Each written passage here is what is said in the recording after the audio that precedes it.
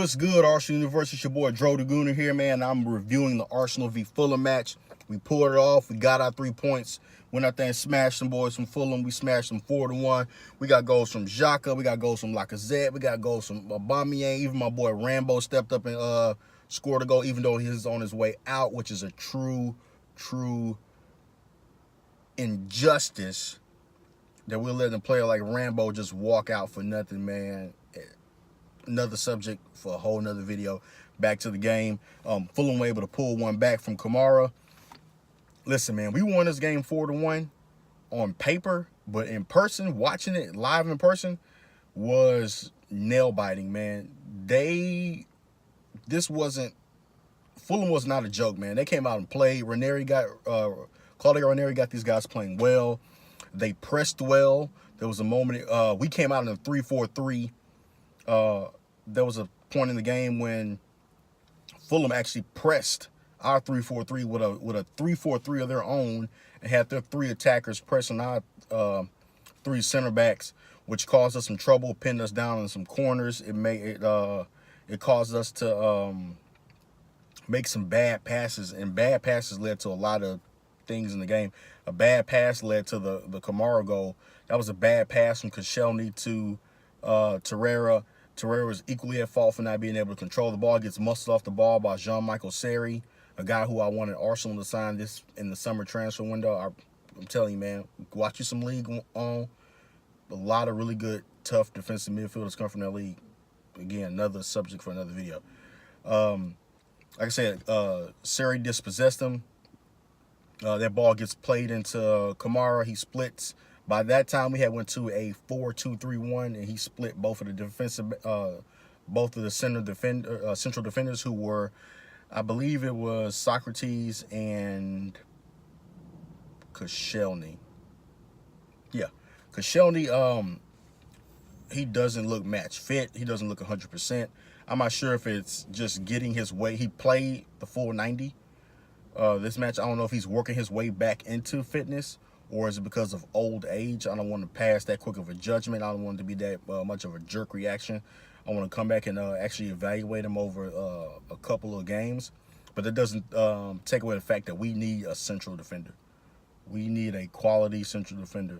Socrates and Mustafi, they're too much alike. They're two guys who are front ball center defenders. That means they like to leave their position to go cut off passing lanes, and that leaves in huge gaps in behind that allowed us to because we got split and torn up this pretty much this whole match, man. Like I have it here in my match notes. Like I told you guys, I like to look at my match notes to give you guys honest analysis. And like I say, we were just getting shredded and torn apart all game, but that's not also due to our I won't put that I won't solely blame that on our back line. I believe as well as Kolasinac looked going forward, he looked equally horrible going backwards. I don't believe he has to be a left back. He's a luxury player at this point. He's a left wing back in a 3-4-3, or in a if we ever played 5 at the back, like if we played a 5-2-3, like the England national team does, then maybe you could use Kolasinac as a wing back, but he's most definitely not a left back. His defensive awareness.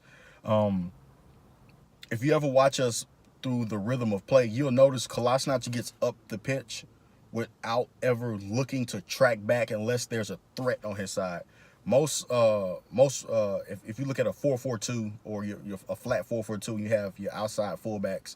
Those guys will get up pitch, but they're always aware of what's behind them. If they do make a run and whipping across, they're sprinting back to get to the spot. I don't see Kolasinac doing that. I see Kolasinac reacting to somebody occupying that space, and he's literally trying to chase them down, and that just leaves in humongous gaps. Leno was awesome today. Leno saved our ass. I don't care all the crap I hear people talk about Leno. Get rid of him. Play check. No, without Leno, this game honestly should have been maybe 4-4 or 4-3. He was amazing. I'm pretty sure, because I was on Twitter, I saw no one say this, and I feel like I'm the only person that ever gives this man credit and represents this man. Give me some love for my boy Alex Iwobi.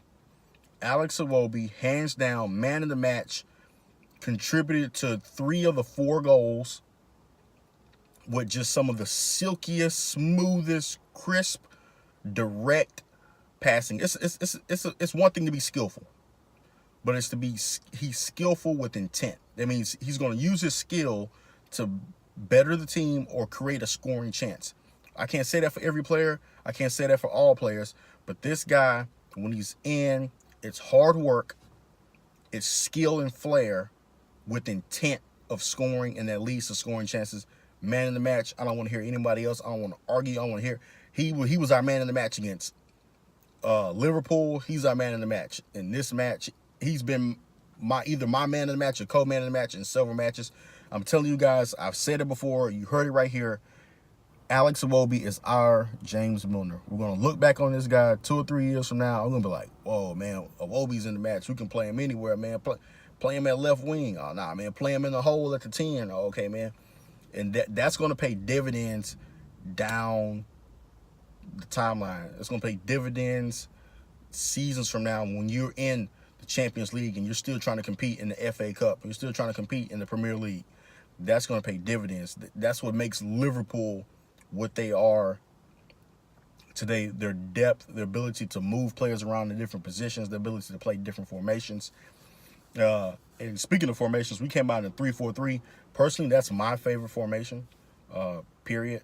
I think Arsenal looks best in that formation because what it does is, like I said, it gives players like Iwobi, Lacazette, and Aubameyang that fluidity front three of moving together in the front. While they're just, and it allows those, when those guys, 3 guys are on and they're firing, all cylinders are firing, they're just carving up back lines like we did today. And I was just super impressed. Lucas Torreira needs a break, man. I think he still hasn't gotten to English football. He's gotten used to the Premier League is hard, physical, and hard running, box to box. It's not like the Serie A. It's not where you have time on the ball, where you can kind of like take a little jog or a little walk up the pitch, just back and forward, hard running. I will honestly give Torreira a break, but understand with our injury situation, that's going to be kind of rough. I wouldn't mind seeing some of the youth academy kids, like that Smith Rowe guy. He played the guy in the Europa League, and I thought Smith Rowe looked pretty good, man. Like, I would give Smith Rowe some more chances. And my boy Rambo got a goal, man. And it, like I say, man, it just sucks that guy's going to lead a club, man, for free, for nothing, for the work he's put in. That guy's a gooner, true and true. He always shows up in little moments like this, scoring goals that we need. And he killed the momentum with his goal, because that's right after the camera goal. Fulham started to have a little bit of confidence. And, my boy Rambo, straight Rambo style, killed the game off, man. So, and that sucks that he's leaving. I keep harping on this. Like, we have to.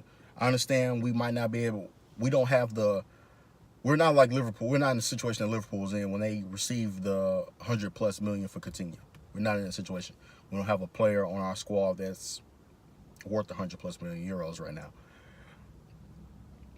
But we have to at least somehow.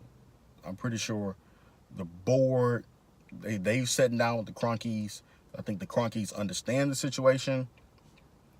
I know a lot of people are doubting the Cronkies, but I tell you guys this: if you're watching this video, do some research. Go back and look at the LA Rams. The LA Rams had a player by the name of Todd Gurley. He plays running back in American football. And American football, running back is a position that takes a lot of punishment. So therefore, teams do not like to teams do not like to pay really good running backs top dollar money like they pay other positions like quarterbacks or receivers, because of the amount of damage they have and the shortened career that they have. But Kroenke, the owner of the Rams, was willing to pay Todd Gurley top dollar, what he deserved, gave the guy a super max contract. He's the highest paid running back in the league. So I do believe, he hasn't been able to show it the past. I believe Kroenke is a businessman, yes. I believe if Sven Misseltat and all those guys sit down and they talk to him and they explain to him and present him the situation, I'm more than sure that Kroenke would be more than willing to say, hey guys, I can't give you 100 million. I can't give you 80 million because I want to wait until the summer to make some big moves. But hey, here's 25 million euros. Here's 20 million euros. But I can give you this baseline of 20 million euros, but you guys have to move some pieces around. Either get rid of some people, make some funds available, and in order to help facilitate this move. And we have to go out and get one. We have to get a 25 million to 30 million center back. That's why I'm really fond of Nicholas Stark from Hertha Berlin, athletic, ball playing center back. The only reason why he doesn't start for Germany because Joachim Low is just in love with Boateng and Hummels. He doesn't want to switch out that old guard. I think that guy is just I think he would be perfect. I think he's somebody you can bring in who could do a job for us, who could be quickly and adapt to the system, and eventually be a rotation center back in the future, along with Rob Holding. And okay, guys, I was not going to talk about this in this video. I was not, because I felt good about the 4-1. Going forward, we look good. Midfield was a little questionable. Xhaka was I can't say anything bad about him. Guendouzi looked pretty good. I like Guendouzi. Like I told you guys in the beginning of the season, years from now, next year, we're going to see the true worth of Guendouzi. We're going to be like, whoa, man, like, okay, I see what you were talking about, Dro. I don't want all the extra tweets back, and I see what you're talking about. Like, that never happens. But back to what I was saying, I wasn't going to talk about this, but it really bothered. Well, there are two things. First thing, I'll get this out of the way. There's a story by Raphael Hollenstein from ESPN FC, German writer, really with the German national team and with Bayern Munich, anything that's German football related. You get Raphael Hollenstein is pretty much the go-to guy on it. And he put out a story saying that Mesut Ozil had refused loan offers. Listen to this, Arsenal fans. If you're an Arsenal fan, you care about the football club, and you love the club like you say you do, no player is bigger than our club. And I'm talking to you Mesut Ozil fanboys. You run out here and scream and sing Mesut Ozil's praises like he's the second coming, but this guy's out here hurting your football club. He's refusing. He's not playing. He's not being picked by the manager. The manager doesn't fancy him. It's halfway through the season. You still haven't proven yourself a worthy, viable member of the squad. And basically, the club have told you, and the manager's pretty much told you, he doesn't see you in his plans. Let's try to loan you out so we can free up some of your wages to help the club. And he's so selfish that he'd rather sit there on the bench at home, faking injuries, soaking up transfer funds, soaking up wages that could be going to other players. But that's your world-class player. That's your favorite player. That's King Mesut, king of the assist. That's all hell Mesut Ozil. No one can make a pass like him. And Iwobi bust his ass and made all kind of silky-ass passes today. So I don't want to hear that crap anymore. That's your player. What do you have to say now? I want to hear it. What do you have to say? Leave it in the comments. Tweet me, DM me on Instagram. Leave it in the comments. What do you guys have to say now? He's purposely hurting your club. He's going to fake injuries, tank, sit there, soak up funds versus being loaned out to another club so we can help free up some funds. He's selfish and he doesn't care. I don't know what else you guys need to see to prove it. There's nothing you can say to argue me with that point to prove to me that Mesut Ozil is still a viable member of the squad and should be on this team. He just showed you right now he cares more about himself than he does the team. That's even more reason to sell the guy and move on the guy and get rid of him. Now, to my final thing, the most important thing, I want to talk about the racial abuse that's been happening in football. You guys know about the Koulibaly situation. You guys know about the Raheem Sterling situation. I just want to bring this up because a player was playing in this match has received racial abuse from his own fans. Kamara, the French forward for Fulham, after missing a penalty last week, in the last match, he received some racial abuse online. I'm calling out FIFA. I'm calling out UEFA. I'm calling out the leagues. I'm calling out the teams. Find out who these people are. If you find out who they are, do some investigation, ban them from matches. You can't ban everybody from social media. I tell you what, you can actually block those people. If those comments came in via social media, I want the club to block them from social media. Don't allow those people to follow the club or anything associated with the club on any form of social media. I think that their picture should be printed out, blown up, so the world can see who you are, instead of hiding behind an avatar on some sort of social media, because everyone's a tough guy on social media. I want to shout out We Made It podcast. My boys on there, Bam and C's, they suggested a transfer ban, which I think is an excellent idea. If UEFA or FIFA catches your fans racially abusing player, you come out at the beginning of the season. You can start at 2019. Hey, for the 2019-2020 season, any racial abuse will result in a transfer ban. I mean a year transfer. I don't mean the next window, a year. So if like the Koulibaly incident happened in November, that means that Inter will be banned from the winter transfer window and the upcoming summer transfer window. They wouldn't be able to buy another player until the 2021 transfer window. FIFA, I'm calling out you because FIFA is supposed to be for the world football. They're supposed to be about governing world football and caring about world football.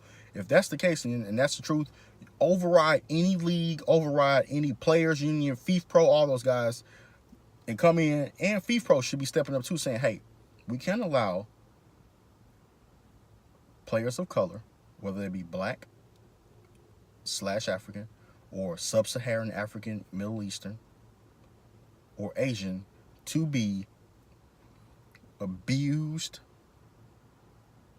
in any kind of way, whether it be signs, whether it be with bananas, peanuts, whether it be with monkey chants. It just drop the hammer on them. So all you bigots, all you ultras, all you neo-Nazi football supporters, guess what? If you want to go to the games and you want to act like a jerk and you want to act like an asshole, you want to act like a bigot, you're going to punish your own club. So for every monkey chant, every hoot and holler, all that stuff, we're going to ban you a transfer window. The next step after banning a transfer window, I want to see deduction. I want to see a 6-point or a 9-point deduction in your league.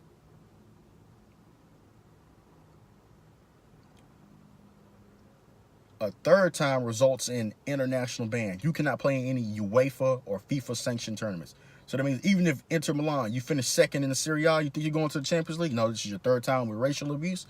Guess what? You will be banned from any European competition. Start hitting the clubs in the pockets where it hurts. Start hitting the fans where it hurts. And I was posed this question by a journalist, a really, really famous journalist on Twitter. I posed a question to him. One Gabriel Marcardi from the Football Times, I believe. He's from the Times, UK. American sports writer, originally from Philadelphia, frequently on ESPN FC and ESPN. He also does the Golasso Totally Football podcast. He's a well-known authority on Italian football. And I presented the question to him, and he in return questioned me, how would that affect the team? And Mr. Marcardi, this is how it would affect the team. The teams, as we all know, are well connected with the ultra groups, with ticket allocations, with the merchandise allocations. Sometimes the ultra groups, I know for sure, and it has to be happening in Italy because it happens in Portugal, it happens in Argentina. The supporter groups are kind of subcontracted by the club to sell tickets, to sell merchandise, to organize ticket sales and travel arrangements for away matches. So they have a direct influence and a direct connection and direct contact with the club. You simply sit down with them. Hey guys, cut the racial crap out. Cut it out. We can't allow it in our stadium. If you guys don't do it, we're going to ban you. And if a club decides, oh, hey, I told them to stop, but they did it anyway, we're going to punish you for not enforcing those rules to your ultra clubs and your supporters. As simple as that. I'm sorry for the mini rant at the end, man. I just had to get that off my chest. It was really under my skin. But like I said, guys, I'm happy with the win, 4-1. I am super proud of the guys. Let's get the ball back rolling. Like I said, I can't be. I appreciate the 3 points, but I can't be super enthused because the match before we got smashed by a Big Six club. So, and the only top 6 club we've beaten this year has been Tottenham, and I'm just hoping that we. Oh my God, we have to buy. I will be over the moon if we get a central defender in this winter transfer window. I also heard we're looking for a left back because we actually do need a solid left back. We're looking at the kid from Norwich. He looks pretty decent. Haven't had time to do my research on him, but he looks pretty decent.